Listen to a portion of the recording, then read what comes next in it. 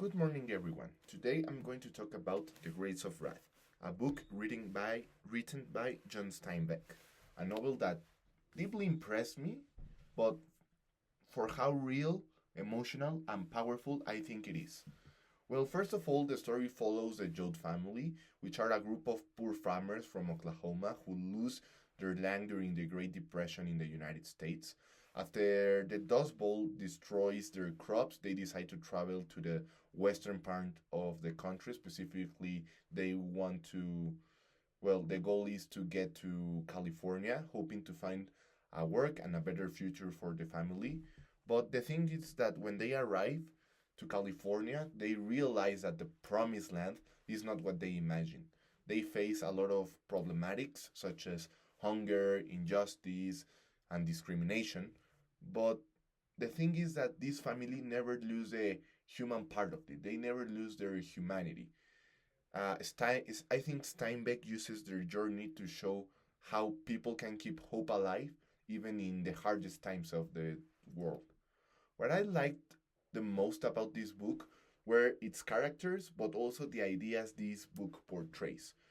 Especially, well, talking about a character related to the ideas I really liked about this book was Jim Cassie, the former preacher. He was definitely my favorite character in the novel because Casey is not like this traditional religious man anymore. He questions everything and starts to see like holiness not in churches or in religious ceremonies or whatever, but he sees holiness and hope in people helping each other. I admire how he turns his beliefs into an action, and also like these parts in which he becomes this leader when he joins the workers, fights for justice, and defends them even when it becomes dangerous. His death was one of the most emotional moments for me in the novel, not just because he dies, but because his message about unity and dignity continues to live on for the rest of the novel.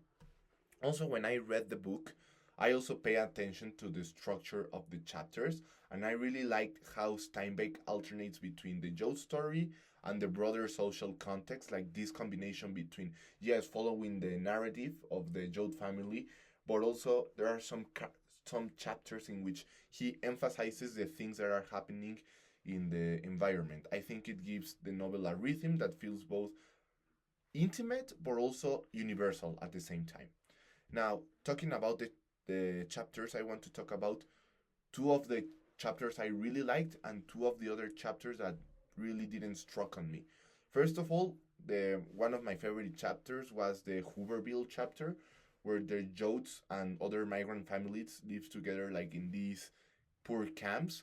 I think it's a heartbreaking scenery, but it also how shows how people build this sense of community and cooperation even when they are suffering and when they are having like a really bad context to live on. Then one of my favorite chapters was this chapter about the Carl salesman. I think Steinbeck describes how desperate families were, like this desperation that families had to travel to seek for a better life, but also how there was bad people that wanted to get advantage of them when buying these used cars. I don't know. I think it's a chapter that represents at the bottom that it's full of anger and realism, and I think it showed me how unfair the system really was, but also it has like this interesting contrast in how when we have like a full desperation, which is a price that we are willing to pay to fulfill our desperation. But also there were two chapters that I really didn't enjoy as much. One was the turtle chapter where a turtle crosses the road and flips over, and there's like a whole sandstorm behind. I didn't really like that character chapter. And also the one describing the machines and the car parts. Like I think it was really unnecessary for me in the story. But even with those moments, I think Steinbeck's writing is sensational. What truly makes this book special to me is how it goes beyond being just a story about poverty. It's really about human strength, compassion, and solidarity. So even though some parts feel slow to me, I can honestly say that I like this novel. It's emotional, powerful, and full of meaning. I think The Grave of Rat is not just a classic; it's a reminder of what's the meaning of being human.